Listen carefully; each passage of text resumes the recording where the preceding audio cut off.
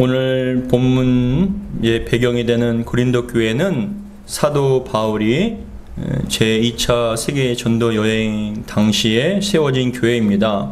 지도를 보시면 알겠지만 사도행전 18장에는 사도 바울이 고린도에서 전도하는 것이 사도행전 18장에 나옵니다. 고린도에서 아굴라와 브리스길라와 함께 천막을 만들면서 1년 6개월 동안 이 고린도 지역에서 복음을 전했습니다. 왜냐하면 사도 바울 당시 2000년 전에 고린도는 에게해해와 아드리아해 사이에 육지를 이어주는 대상로에 위치한 전략적인 요지였기 때문에 그렇습니다. 동쪽으로는 갱그리아 항구를, 서쪽으로는 레게룸 항구를 가지고 있는데 이 두 항구를 통해서 이탈리아, 스페인, 소아시아, 페니키아, 이집트 등으로부터 온 많은 양의 상품들이 유통되는 그런 굉장히 활발한 무역의 중심지였습니다. 바울은 이곳에 교회를 설립하면은 복음이 보다 쉽게 세계에 퍼질 것이라고 확신을 갖고 있었습니다. 에베소도 그랬지만 이 고린도 지역도 그랬습니다. 하지만 다른 측면에서 보면 그것만큼 신앙이 뿌리 내리기 힘든 곳도 없었습니다. 많은 인종들이 사는 곳이다 보니 다음 그림 보시면 종교 또한 다양하여 각기의 다른 신들을 섬기는데 그 고린도 안에만 신전이 12개나 있었다고 얘기를 합니다. 그 중에 도심 중앙에는 아프로디테, 많이 들어보셨을 겁니다. 아프로디테라고 사랑의 여신이 신전이 높게 세워져 있었습니다.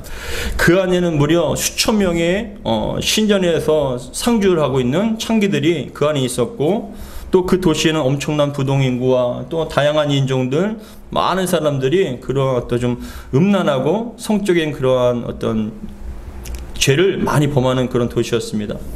거대 상업 도시들이 그랬듯이 고린도 역시 다양한 외부 문화에 개방적이었고 어떠한 부독한 어떤 풍습에 대해서도 별로 그렇게 통제를 하지 않는 그런 상황이었습니다.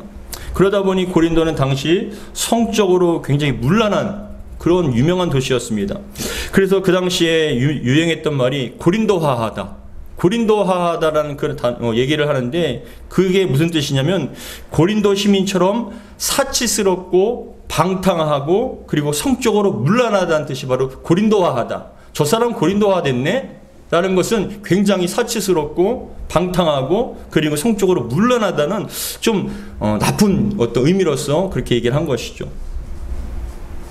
근데 고린도 교회는 무절제하고 성적으로 방종과 그런 어떤 일들이 많이 비일비재하게 일어나는 그런 도시였습니다. 이런 죄와 음란이 가득 찬 도시이다 보니 물질적으로 풍부하고 수많은 신들이 있다 보니 고린도 교회의 성도들 역시도 세상과 완전히 단절되지 않았기 때문에 교회 안에 성령으로 거듭남을 통하여서 거룩하게 되어야 되는데 거듭나지 못한 사람들이 교회에 들어옴을 통하여서 이러한 세상과 똑같은 일들이 고린도 교회에 비일비재하게 일어났던 것입니다. 특별히 고린도 교회는 다른 지역보다 좀 잘 살기도 뿐만이 아니라 방언과 환상과 예언 같은 은사가 많이 나타났다고 합니다. 근데 그 방언과 예언과 환상 자체가 문제가 아니죠. 성령 일하심을 많이 볼 수 있도록 또 하나님께 더 강력하게 역사하셔서 방언이 임하고 또 어떤 예언이 임하고 또 여러 가지 환상과 또 듣는 것들이 나타난다면 부인하지 못하는 그런 일이기 때문에 그렇습니다. 그런데 중요한 것은 그러한 은사가 굉장히 크다라고 착각을 하는 거예요. 그런 은사가 나타나다 보니 그런 은사가 나타나는 사람들은 굉장히 신앙이 높고 신앙적으로도 영적으로도 깊은 사람이다. 난 좀 큰 사람이다라고 자꾸만 교만하기 시작한 것이죠. 그러다 보니까 교회 안에 무질서가 나타나는 거예요. 더 나가서 여러분 교회 안에 어떤 일이 벌어지냐면은 자신은 바울에게 속한 자다, 아볼로에게 속한 자다, 베드로에게 속한 자다, 그리스도에게 속한 자라고 자꾸 편을 나눕니다. 편을 나눠서 서로 시기하고 질투하면서 다툽니다. 그리고 교회 안에서 부유하다 보니까 돈을 빌려주기 시작했어요. 돈을 빌려주다 보니까는 갚으면 좋지만 갚지 못하는 경우가 있는 거예요. 그러다 보니까는 교인끼리 서로 그것을 문제를 해결하지 못하고 세상 법정에다가 고소를 하는 거예요. 그렇게 세상 법정으로 고소를 하고 소송을 하다 보니까 교회가 온전할 리가 없잖아요. 그리고 더 나가서 고린도 교회에는 어떤 일이 현상이 벌어지냐면은 근친상간. 그런 세상에서 없어야 할 그런 근친상간들이 교회 안에 일어나는 거예요. 그러다 보니까 여러분, 그런 음란한 죄를 지었음에도 불구하고 부끄러워하지 않고, 또 사람들은 그런 음란한 죄를 지었음에도 불구하고 그렇게 하지 말라는 어떤 경고와 그런 거에 대해서 책망을 하지 않고 그냥 모른 척하고 지나가 버리는 거예요. 그러다 보니까 교회가 엉망이 되고 무질서하게 되고 음란하게 되는 것이죠. 이러한 사항을 듣고 사도 바울은 제3차 세계 전도 여행을 가면서 에베소에서 그 소식을 들은 거예요. 그냥 억장이 무너지죠. 1년 반 동안, 1년 6개월 동안 여러분 열심히 전했던 그 교회가 지금은 엉망이 되다 보니까 편지를 통하여서 그들이 잘못된 것에 대해서 책망을 하고 어떻게 고쳐야 되는지에 대해서 말씀해 주고 있는 것이 바로 오늘 고린도 전서인 것이죠. 이 말씀, 편지 형식으로 된 이 말씀을 통하여서 고린도 교회에게 무엇이 문제이고 어떻게 고쳐야 되고 어떻게 신앙생활을 해야 되는지에서 말씀해 주는데, 특별히 오늘 본문 앞에 고린도전서 12장에는 은사에 대해서 말씀을 하고 있어요. 은사라는 것은 내 것이 아니라 하나님께서 주신 값진 선물이죠. 성령께서 주신 선물이에요. 근데 방언이 나타나고 예언을 하다 보니까는 마치 자기 것인 마냥, 자기가 대단해서 나타나는 것인 마냥 저 사람 방언 못하면 자꾸 무시를 하는 거예요. 예언을 하면 마치 자기가 가장 신령한 사람처럼 막 그렇게 얘기를 하고 그 다른 사람들을 판단하는 거예요. 그런데 중요한 것은 그렇게 은사가 나타남에도 불구하고 교만하고 거듭나지 못하고 삶 속은 엉망이었던 그거에 대해서 회개하지 않은 그 모습에 대해서 사도 바울은 얘기합니다. 은사는 너의 것이 아니다. 은사는 너희들의 것이 아니라 성령 하나님께서 우리 교회를, 너희들의 신앙과 믿음을 세워주시기 위해서 각각의 필요한 대로 그것을 주신 것이고, 은사를 통해서 무엇을 해야 되냐? 가정을 세우고 교회를 세워야 된다는 거예요. 너희 것이라고 착각하지 말고, 그렇다고 해서 너희가 신령하다라고 생각하지 말고 정말 은사를 잘 사용해야 된다라고 말씀을 하는데, 근데 왜 그러냐? 여러분 봐보세요. 예배 중에 이 고린도 교회가 어느 정도 심각했냐면은, 예배 중에 막 제가 설교를 하고 있는데 갑자기 저쪽에서 방언하는 거예요. 큰 소리로 방언하는 거예요. 막 너무 시끄럽게 방언을 하는데 좀 절제를 해달라고 하는데도 막 무시하고 막 방언을 하는 거예요. 근데 또 어떤 한쪽 회원에서는 자기에게 갑자기 성령께서 말씀하신다고, 하나님께서 말씀하시렸다고 해서 강단에 나와서 같이 막 자기가 하나님 말씀 대언한다고 하는 거예요. 얼마만큼 무질서합니까? 그렇죠. 그렇기 때문에 그런 또 그렇게 방언행과 예언과 그런 은사가 나타났다고 해서 자기들이 가장 신앙이 높은 것이라고 착각하고 다른 사람들을 판단하고 교만합니다. 그런 부분에 대해서 사도 바울은 지적을 하고 책망을 할 뿐만이 아니라 12장 31절에는 뭐라고 얘기했냐면, 너희들에게 더 큰 은사를 너에게 보여주겠다. 정말 큰 은사가 뭔지를 너에게 보여주겠다라고 얘기를 합니다. 우리 12장 31절에 보시면, 너희는 더욱 큰 은사를 사모하라. 너희는 더 큰 은사를 사모하라. 왜냐하면 은사를 너무 중요하게 여기니까, 은사가 나타나는 것이 전무인 것 마냥 하니까, 너희는 더욱 큰 은사를 사모하라. 내가 또한 가장 좋은 길을 너희에게 보이리라. 신앙의 길, 온전한 길이 무엇인지를 너에게 보여주겠다라고 말씀을 한 후에 오늘 본문의 말씀을 하는 거예요. 이어서 가장 좋은 큰 은사가 무엇이냐, 가장 우리의 신앙의 길로서 좋은 길이 어떤 길이냐라고 얘기를 해주는데 13장 1절, 2절, 3절에서는 말씀하고 있는 것입니다. 여러분, 오늘 말씀을 통하여서 여러분 오늘 본문에서는 사랑에 대해서 말씀을 하고 있는데, 가장 좋은 큰 은사가 사랑이라는 거예요. 사랑만큼 귀한 은사가 없다는 겁니다. 사랑만큼 귀한 길이 없다는 겁니다. 근데 중요한 것은 사랑이 왜 크고 중요한지를 오늘 본문을 통해서 여러분들이 깊이 깨닫기를 주의 이름으로 축복합니다. 사랑이 왜 중요하냐? 그 첫 번째 이유는 바로 사랑이 없으면 아무것도 아니기 때문에 그렇습니다. 우리 오늘 본문 1절부터 3절까지 같이 한번 읽어보겠습니다. 1절부터 3절 시작. 내가 사람의 방언과 선사의 말을 할지라도 사랑이 없으면 소리나는 구리와 울리는 꽹과리가 되고, 내가 예언하는 능력이 있어 모든 비밀과 모든 지식을 알고 또 산을 옮길 만한 모든 믿음이 있을지라도 사랑이 없으면 내가 아무것도 아니에요. 3절에 내가 내게 있는 모든 것으로 구제하고 내 몸을 불사르게 내줄지라도 사랑이 없으면 내게 아무 유익이 없느니라. 아멘. 중요한 것은 사랑이 없으면 아무것도 아니라는 거예요. 교회는 사랑이 없으면 아무것도 아닙니다. 우리 인간은, 그리스도인은 사랑이 없으면 아무것도 아닙니다. 그래서 하나님은 사랑이시기 때문에 그래요. 우리를 사랑하셔서 이 세상을 창조하셨습니다. 우리를 사랑하시기 때문에 이 세상을 여러분 조화롭게 잘 유지를 시켜주십니다. 우리를 너무나 극진하게 사랑하셨기 때문에 우리가 범죄해서 그 지옥불이 아닌 우리가 영원한 천국에 가게 하기 위해서 독생자 예수 그리스도를 이 땅에 보내주셨습니다. 예수님께서는 우리를 너무나 사랑하시기 때문에 십자가에서 못 박혀 피 흘려 죽으시기까지 우리를 사랑해 주셨습니다. 우리는 지금도 그 사랑을 덧입어서 살고 그 사랑 때문에 살고 있습니다. 그 사랑으로 우리는 구원받고 영원한 천국에 간 줄 믿으시기 바랍니다. 그 중심에는 모든 것이 사랑으로 출발하여서 사랑 가운데 사랑으로 마치는 것이 바로 우리 그리스도인의 정체성이라는 것이죠. 13장 1절에 보시면 내가 사람의 방언과 천사의 말을 할지라도 중요한 것은 사랑이 없으면 뭐라고 얘기하면 소리나는 구리와 울리는 꽹과리가 된다. 이 소리나는 구리와 울리는 꽹과리라는 건 단순히 우리가 시끄럽게 생각하는 그런 꽹과리 얘기하는 게 아니에요. 이걸 뭘 의미하냐면은 그 당시에 12개의 신전이 있었다고 얘기하잖아요. 그 안에 여러분 무당들 보면은 둥둥둥둥 하지 않습니까? 또 다른 신들 보면 꽹과리 치지 않습니까? 뭐냐? 접신하기 위해서 나타나는 그런 요란한 음악들이 있잖아요. 거기엔 무슨 사랑이 있겠어요? 무슨 의미가 있겠습니까? 근데 오로지 접신을 하기 위해서 하는 것인데 우리가 방언을 할 때 그 하나님께서 주시는 그 사랑이 없으면 그러한 어떤 신접하기 위한 그런 소리와 똑같다라는 거예요. 의미가 없다라는 거예요. 그리고 2절에 보시면 내가 예언하는 능력이 있어. 봐라, 내가 하나님의 모든 비밀과 지식들을 너에게 얘기해 줄게라고 얘기하면서 여러분 잘난 척을 합니다. 교만합니다. 근데 중요한 것은 13장 1절과 2절과 3절에 나오는, 아니 전체적으로 나오는 이 사랑이라는 것은 세상이 얘기하는 에로스적인 사랑이 얘기하는 게 아니에요. 에로스, 철학적이고 여러분 그 당시에 사용하는 것이 사랑이라는 단어가 에로스인데, 에로스라는 건 뭐냐? 자기중심적인 거예요. 내게 좋은 거, 내가 보기에 좋은 거, 내 중심에.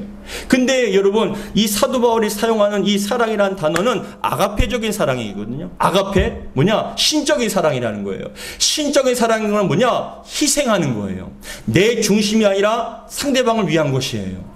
그러기 위해서는 내가 열심히 내 안에 있는 것과 싸워야 됩니다. 전투적인 것이고 희생적인 사랑을 바로 아가페적인 사랑이라고 말씀합니다. 근데 그러한 사랑이 없으면은 방언을 하고 무슨 인사가 있어도 소용이 없다. 그리고 예언을 하더라도 모든 비밀과 지식이 대단한. 그래서 봐보세요. 제가 딱 서서 하는데, 아니 여러분 가운데 누가 제가 예언해 드리겠습니다. 당신은 뭐 어떻게 될 것입니다. 하나님께서는 지금 그런 가정 가운데 뭐라고 얘기합니다. 뭐라고 합니다 하면 야 신령하다라고 얘기하지 않겠습니까?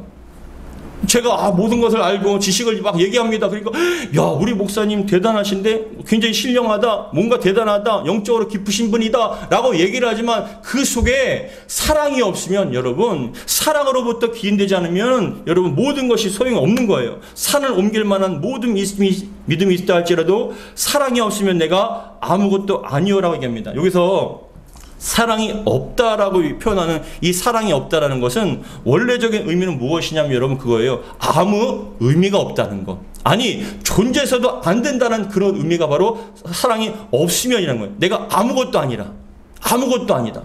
존재할 이유가 없다는 거예요. 존재할 가치도 없다는 거예요. 뭐예요? 우리 그리스도인은요 사랑이 없으면요 우리는 존재할 이유가 없다라는 거예요. 교회 안에요 사랑이 없으면 존재할 이유가 없고요, 가정 안에 사랑이 없으면 그 가정은 존재할 이유가 없다라는 거예요. 그만큼 극단적으로 지금 사도 바울은 얘기를 해주고 있는 것이죠. 왜냐하면 여러분 그 속에 사랑으로부터 시작된 그 봉사와 헌신과 은사와 모든 것이 하나님께 기쁨이 되고 받으실 만한 것이 되기 때문에 그래요.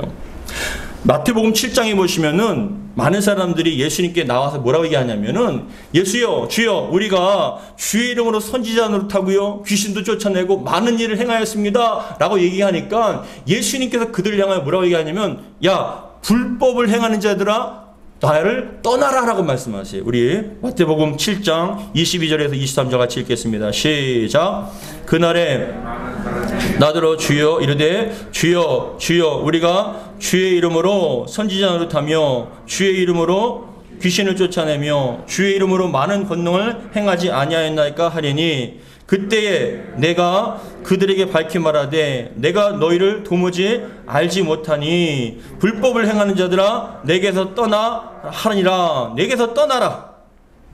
뭐라고 얘기합니까? 하나님 보시기에 그 속에 사랑으로부터 기인되지 않으면 불법을 행하는 거예요.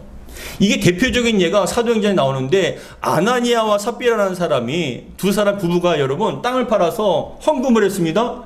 근데 사도 베드로가 그 아나니아에게 삽비라에게 뭐라고 얘기하면, 네 안에 왜 사단이 가득 차 있냐고 얘기해요.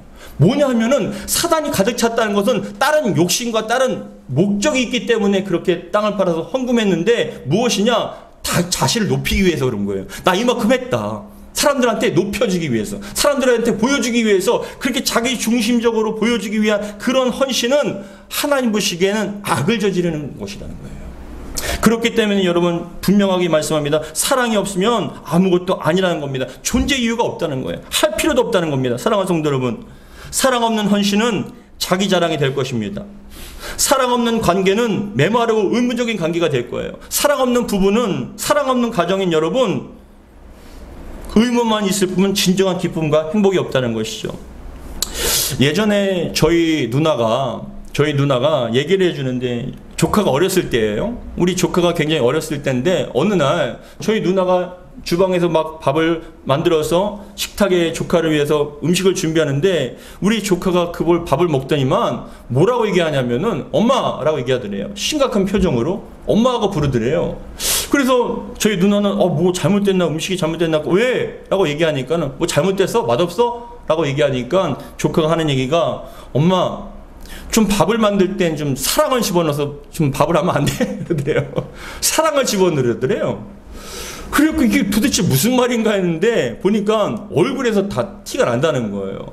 그 모습에서 티가 난다는 거예요. 근데 신기하게도 그 사랑 없는 밥을 먹었을 때는 어떻게 얘기를 하냐면은 자꾸만 맛이 없다는 거예요. 똑같은 재료로 만들었는데 맛이 없고요. 그리고 심지어는 어떻게 나타나냐면은 그것을 먹으면 자꾸 취한다는 거예요.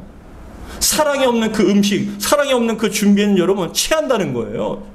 그래서 저희한테 그 얘기를 들어주니까 제가 야, 신령하다라고 얘기를 하면서 그렇게 생각하는데, 여러분 그다음부터는 제가 어떤 생각을 가졌냐면은, 야, 사랑이 없이는 아무것도 아니구나. 주여, 설교를 준비할 때도 주여 이 속에 사랑이 가득 넘치게 하여 주시옵소서. 주여, 기도할 때도 사랑으로서 기도하게 하여 주옵소서. 우리 가정을 섬기고 교회 성도님들을 섬길 때도 주여 그 속에 사랑이 차고도 넘치게 하여 주옵소서. 여러분 다 알아요. 다 알아요. 똑같이 웃고요, 똑같이 말해도 그 속에서 사랑이 있는 것과 없는 것과 완전히 틀리거든요. 그것을 받는 사람은요 체하고요 탈이 납니다. 그렇기 때문에 여러분 아무리 화려한 말을 하고 설교를 잘한다 할지라도 그 속에 하나님의 사랑이 담겨있지 않으면 여러분들이 영혼은 죽을 수밖에 없고 체할 수밖에 없어요. 그래서 그 얘기를 듣고 제가 얼마만큼 간절한 마음으로 주여 오늘도 설교를 준비합니다, 말씀을 준비합니다, 예배를 드립니다. 주여 그 속에 사랑이 가득 차게 하여 주옵소서. 주님의 사랑이 가득 차게 하여 주시옵소서. 여러분 신령 가운데, 여러분들의 삶 가운데, 여러분들이 어느 곳에든지 항상 하나님의 사랑이 가득 차고 넘치기를 주의 이름으로 축복합니다. 왜냐? 사랑이 없으면 울리는 꽹과리와 같이, 소리나는 구리와 같습니다. 사랑이 없으면 여러분 아무것도 아닙니다. 그렇기 때문에 우리는 항상 그 속에 사랑이 담겨져야 있어야 합니다. 그렇기 때문에 사랑이 중요한 이유, 사랑이 없으면 아무것도 아닙니다. 여러분 사랑이 없으면 정말 아무것도 아니에요. 두 번째, 왜 사랑이 중요한가? 사랑의 본질과 특성 때문에 그래요. 이 사랑이 너무나 중요합니다. 사랑이 없으면 아무것도 아니에요. 근데 그 사랑의 본질과 특성이 굉장히 특별하기 때문에 그렇습니다. 그 얘기를 4절부터 7절에 말씀해 주고 있습니다. 우리 4절부터 7절 같이 읽겠습니다. 시작. 사랑은 오래 참고, 사랑은 온유하며, 시기하지 아니하며, 사랑은 자랑하지 아니하며, 교만하지 아니하며. 사랑의 특징이 뭡니까? 사랑하면요, 사랑이 그 속에 있으면 오래 참아요. 저 봐보세요. 사랑이 떨어지니까 못 참는 거예요. 사랑이 떨어지니까 화가 나는 거예요. 사랑이 떨어지면, 없으면 여러분 어떻게 되냐? 견딜 수가 없어요. 근데 그 속에 하나님께서 주시는 사랑, 십자가의 사랑이 있으면요 참고 또 참습니다. 그리고 사랑은 온유함이에요. 사랑이 있으면요 사람이 온유해져요. 저 봐보세요. 사랑이 떨어지면 온유의 반대말이 뭡니까? 날카로워져요. 혈기가 납니다. 근데 여러분 참 신기하게도 그 속에 은혜를 받고 사랑이 거하게 되면 어떻게 됩니까? 사람이 얼굴이 환하게 돼요. 그래서 예전에 제가 참 좋아하는 목사님 가운데 온누리교회 하영조 목사님 계셔요.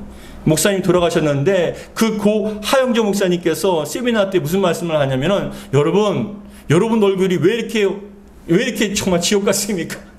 오늘 말씀과 세미나를 통해서 여러분 얼굴에 심령 가운데 성령의 파운데이션을 바르기 원합니다.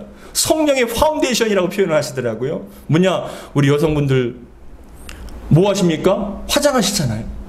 참 신기하게도 저도 그런 경험을 했는데 파운데이션을 바르면요 얼굴에 생기가 돌더라고요. 얼굴에 화장을 지우면요 생기가 없어져 버려요. 참 신기합니다. 근데 얼굴에 파운데이션을 바르면 어떻게 됩니까? 얼굴이 화사해지고 생기가 도는 것처럼 보입니다. 그 하영정 목사님 뭐라고 얘기하냐면 여러분 심령 가운데 성령의 파운데이션이 임해지기 바랍니다. 칠해지기 바랍니다. 뭐냐? 우리의 마음에 사랑이 임하게 되면 정말 얼굴이 환해진다는 것이에요. 여러분들 마음 가운데 사랑이 임하기 바랍니다. 사랑이 임하게 되면은, 사랑이 존재하면은 온유해지고 뭐합니까? 시기하지 않아요. 사랑하면요 시기하는 것보다 뭐예요? 그 사람을 격려해줘요. 용납해줍니다. 그리고 사랑하면은 자랑하지 않아요. 오히려 없는 사람들이 먼저 생각나서 그에 대해서 걱정해주고 먼저 그 사람에 대해서 올려주는 겁니다. 그리고 더 나가서 사랑은 교만하지 아니하며. 여러분 교만한 이유는 바로 사랑이 없기 때문에 그래요. 여러분 안에 사랑이 있다면 교만할 수가 없어요.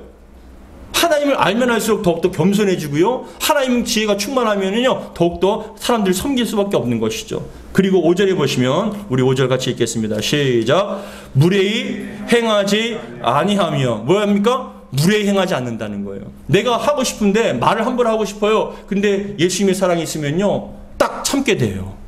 한 번 더 용서하게 돼요. 인내하게 됩니다. 그리고 무례하게 함부로 행하지 않는다는 거예요. 무례히 행하지 아니하며 자기의 유익을 구하지 아니하며. 자기보다는 남을 생각합니다. 자기보다는 다 남을 우선으로 둡니다. 그리고 뭐라고 얘기합니까? 성내지 아니하며. 성내지 아니하며. 여러분 마음 가운데 예수님의 사랑이, 하나님의 사랑이 가득 차기를 주의 이름으로 축복합니다. 여러분 생각해 보세요. 여러분 마음에 사랑이 있다면 성내시겠습니까? 예수님께서도 뭐라고 말씀하십니까? 7번이든 70번까지도 용서하라고 해요. 원수까지도 사랑하라고 하시잖아요.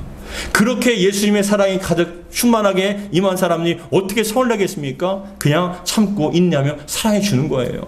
더 나가서 악한 것을 생각하지 않아요. 여러분 마음속에 사랑이 임하게 되면요, 아, 저 사람 어떻게 해야 되지? 어떻게 해야지라는 그런 악한 생각이 사라지게 된다는 거예요.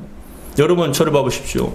여러분들의 지금 영적 상태는 어떻습니까? 여러분들이 지금 생각과 마음은 어떻습니까? 분노가 일어나고 화가 나며 혈기가 나고 더 나가서 어떻게 악한 생각, 저 사람 죽었으면 좋겠어, 저 사람 어떻게 됐으면 좋겠어, 그런 악한 생각이 납니까? 여러분 우리 안에 하나님의 사랑이 없기 때문에 그래요. 여러분 마음속에 하나님의 사랑이 있기를 주의 이름으로 축복합니다. 그리고 6절에 보시면 같이 읽어보겠습니다. 시작. 불의를 기뻐하지 아니하며 진리와 함께 기뻐하고. 불의를 기뻐하지 않는다는 건 뭐냐면, 여러분 사랑하는데 여기서 좀 많은 분들이 착각을 해요. 사랑하면 불의도 용납해 줍니까? 아니요. 사랑하면 여러분 죄를 대해서 무조건 덮어주는 게 아니에요. 더 이상 죄를 짓지 못하도록 끄집어내주고 경고하며 그거에 대해서 싸우게끔 해주는 게 진정한 사랑이라는 거예요. 무조건 덮어주고 용납하고 잘했다가 아니라 잘못한 것이 있으면 그것은 분명한 잘못이고 하나님 보시기에 합당하지 않으면 저주를 받고 심판을 받는다는 걸 분명하게 얘기를 해주는 것이 바로 여러분 사랑의 모습이라는 것이죠. 그래서 불의를 기뻐하지 아니합니다. 진리와 함께 기뻐합니다. 그리고 7절에 참 중요한 말씀입니다. 우리 7절 같이 읽겠습니다. 시작. 모든 것을 참으며 모든 것을 믿으며 모든 것을 바라며 모든 것을 견디느니라. 7절에 보시면 모든 것이 4번 반복합니다. 모든 것, 모든 것, 모든 것, 모든 것. 근데 4번의 동사가 나와요. 참으며 모든 것을 믿으며 견디느니라. 모든 것을 참으며 믿으며 바라며 견딘다고 얘기하세요. 믿음이 우리 안에 사랑이 있으면요 어떠한 상황 속에서도 그냥 참고 인내합니다. 모든 것을 우리가 믿음으로 이겨냅니다. 집사님 이기해 주실 줄 믿습니다. 집사님 반드시 이걸 극복하게 해주실 줄 믿습니다. 가정을 세워주실 줄 믿습니다. 어떠한 상황 가운데서도 여러분 속에 십자가의 사랑, 하나님의 사랑이 있으면 믿음으로 이겨나는 거예요. 그리고 모든 것을 바라며 모든 것을 견디느니라 라고 말씀합니다. 그렇기 때문에 이 사랑의 본질이 무엇이냐? 모든 것을 이기게 하시고 온유하게 하시고 견디게 하시고 모든 것을 품게 하시는 이것이야말로 여러분 안에 있어야 될 줄 믿습니다. 그래서 이러한 사랑의 본질 때문에 사랑이 가장 큰 은사고 가장 중요한 것이라고 말씀을 한 뒤에 세 번째, 사랑이 왜 중요한가? 사랑은 여러분 우리를 온전하게 하고 영원하기 때문에 그래요.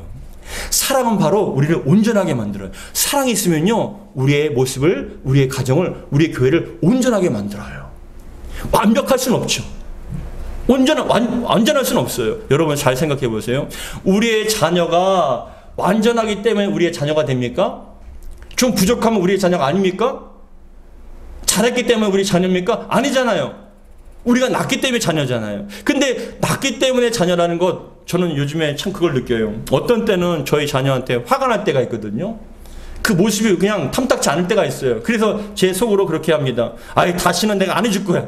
내가 다시는 그렇게 하나 봐라고 그렇게 얘기를 해요. 다짐을 합니다. 근데 여러분 왜냐? 제가 마음에 안 들기 때문에 그렇거든요. 온전하지 않기 때문에 그렇죠. 막 그렇게 다짐하고 저희 사모님한테도 나 다시는 그렇게 하지 않을 거야. 나 정말 그렇게 하기 싫어. 라고 얘기하는데 저희 아들이 학교 갔다 오면요. 살 풀려요. 야, 왔냐? 밥 먹었냐? 뭐 하지 않아? 필요한 거 없어. 풀려요. 왜 그렇습니까? 사랑이 있기 때문에 그래요. 완전해서 그런 게 아니에요. 온전하지 못할 때도 있어요. 그럼에도 불구하고 제가 우리 자녀를 사랑하는 거 왜 품어줍니까? 사랑하기 때문에 품어주는 거예요. 우리 하나님께서도 여러분 우리가 완전할 수는 없어요. 다 알 수는 없죠. 지식도 부족하고요. 모습도 참 형편없을 때도 있어요. 그런데 중요한 것은 그 사랑이 있으면 우리를 온전하게 우리를 만드신다는 거예요. 그래서 우리 8절 같이 한번 읽어보겠습니다. 시작. 사랑은 언제나 떨어지지 아니하되 예언도 패하고 방언도 그치고 지식도 패하니라. 여러분 봐보세요. 고린도 교회가 예언한다고 자랑했습니다. 자기를 높였습니다. 방언한다고 대단한 인물인 것처럼 생각했습니다. 지식도 패해집니다. 근데 중요한 건 주님 만나면 여러분 그런 방언이 무슨 필요가 있어요? 천국에 가서도 여러분 방언할 것 같습니까? 예언할 것 같습니까? 아니 모든 것의 근원이신 하나님 예수님을 만나는데 무슨 예언을 하고 방언을 해요? 무슨 여러분 무엇이 필요합니까? 다 사라지는 거예요. 우리가 중요하게 생각했던 그 모든 것들은요 다 사라지는 거예요. 근데 중요한 것은 9절에 뭐라고 말씀하시냐? 우리는 부분적으로 알고 부분적으로 예언하니 온전한 것이 올 때에는 부분적으로 하던 것이 패하리라. 하나님의 지식에 대해서도 얘기를 합니다만 온전한 건 아니에요. 완벽하진 않아요. 다만 그것을 통해 우리가 구원의 길로 갈 뿐이죠. 근데 예수님 만나면요 완전해지잖아요. 모든 것을 더 이상 배울 필요가 없잖아요. 왜요? 우리 주님을 만나면 주님께서 직접 가르쳐 주시기 때문에 그렇습니다. 그래서 11절에 같이 읽겠습니다. 시작. 내가 어렸을 때에는 말하는 것이 어린나이와 같고 깨닫는 것이 어린나이와 같고 생각하는 것이 우리 어린나이와 같다가 장엄성한 사람이 돼서는 어린아이의 일을 버렸노라. 우리가 지금은 거울로 보는 것 같이 희미하지만 그때에는 얼굴과 얼굴을 대하여 볼 것이라. 여러분 저도 이 말씀이 참 동감하는 게, 여러분 예수님 딱 생각하시면 어떻게 생각나세요? 우리가 그림을 통해서 영화를 통해서 예수님 머리가 참 길고 수염이 나시고 하얗고 막 멋지죠. 그건 여러분 그런 성경과 그림과 영화를 통해서 우리가 희미하게 아는 거죠. 근데 예수님을 직접 보게 되면 우리는 누구한테 설명을 들을 필요 없는 거예요. 직접 보니까. 직접 대화를 하다 보면 그 완전하신 그 예수님을 우리가 경험하게 되면 우리가 그렇게 내가 잘난 양, 내가 대단한 양, 내가 예언하고 방언하고 어떤 은사가 있는 양, 어떤 헌신이 있는 양, 그 모든 것들이 다 사라지게 된다는 거예요. 어린아이와 같은 신앙들인 거예요. 그러나 주님 만나면 이제 장성한 사람이 돼서 우리는 온전하게 그때야 완벽할 수가 있는 것이죠. 그래서 12절에 우리가 지금은 거울로 보는 것 같이 희미하나 그때에는 얼굴과 얼굴을 대하여 볼 것이요 지금은 내가 부분적으로 하나 그때에는 주께서 나를 아신 것 같이 내가 뭐라고요? 온전히 알리라. 근데 13절에 보시면 같이 읽겠습니다. 시작. 그런즉 믿음, 소망, 사랑이 이 세 가지는 항상 있을 것인데 그 중에 제일은 사랑이라. 할렐루야. 그 중에 제일은 사랑이라. 우리 예수 믿는 믿음, 주는 그리스도시요 살아계신 하나님의 아들입니다라는 그 믿음은 여러분 천국 가서도 유지가 됩니다. 믿음은 사라지지 않는 거예요. 소망, 이 땅에서도 주님에 대한 소망, 천국에 대한 소망을 갖고 있습니다. 천국에 가도 여러분 날마다 소망 가운데 하나님께서 주신 그 소망 가운데 우리는 행복하게 살 수 있어요. 더 나아가서 우리는 누구보다 주님의 사랑, 그 사랑을 느끼며 살게 될 줄 믿습니다. 지금은 여러분 사랑이 참 변질되기도 하고 연약해지기도 하고 참 각박한 세상 살고 있지 않습니까? 가족 간에도 사랑이 식어지고요. 정말 이 세상 바라보세요. 얼마만큼 사랑이 여러분 식어졌고 변질됐고 타락했습니까? 잘못된 사랑으로 말미암아 다른 사람들 얼마만큼 괴롭히고 죽이고 아프게 만듭니까? 그러나 하나님께서 주시는 이 사랑, 아가페적인 이 사랑은 여러분 우리를 온전하게 만들고 이기게 만들고 견디게 만들고 온유하고 더 나아가서 온전하게 우리를 만들어 주신다는 것이죠. 그렇기 때문에 사랑이야말로 우리에게 가장 중요한 것이에요. 여러분 마음 가운데 사랑이 차고도 넘치게 바랍니다. 그 사랑이 넘치면요, 그 사랑과 함께 여러분들이 아름다운 성품과 아름다운 말들이 차고도 넘쳐서 가정이 사랑의 가정이 되고요. 우리 교회가 아름다운 사랑의 공동체가 되고요. 우리의 사랑이 지역이 아름다운 사랑의 물결로 사랑으로 채워지는 복된 하나님의 터가 될 줄 믿습니다. 13절의 말씀처럼 그런즉 믿음, 소망, 사랑이 이 세 가지는 항상 있을 것인데 그 중에 제일은 사랑이라. 왜요? 하나님은 사랑하시기 때문에. 하나님은 사랑이시기 때문에 여러분 마음속에 사랑이 참 충만하게 있기를 바랍니다. 그 사랑으로 말미암아 세상을 이기고 그 사랑으로 말미암아 세상을 정말 감당할 수 없는 그런 여러분들이 되기를 주의 이름으로 축복합니다. 기도하겠습니다. 아버지 하나님, 사랑이 없으면은 울리는 꽹과리와 같고 사랑이 없으면 아무것도 아님을 고백합니다. 아무것도 아니라는 것은 내가 존재 이유가 없고 존재해서도 안 되는 그러한 존재라고 말씀하는 겁니다. 하나님, 우리 안에 사랑이 있을 때 우리는 온전해집니다. 우리 안에 하나님께 그 사랑이 있을 때 세상을 이기고 하나님의 사랑이 있을 때 우리 이웃과 더 나아가서 우리 가족들을 우리가 품을 수 있음을 고백합니다. 주여, 간절히 바라고 원하는 것은 이 시간 예배드리는 우리 사랑하는 성도들 가운데 누구보다 뜨거운 사랑이 임하게 도와 주옵소서. 하나님의 사랑이 임하게 도와 주옵소서. 예수님이 십자가의 사랑이 가득하게 충만케 하여 주시옵소서. 그 사랑으로 말미암아 가족을 대하고 이웃을 대하고 사람들을 대할 수 있는 저희가 될 수 있도록 도와 주시옵소서. 우리 주 예수 그리스도 이름으로 기도하옵나이다. 아멘.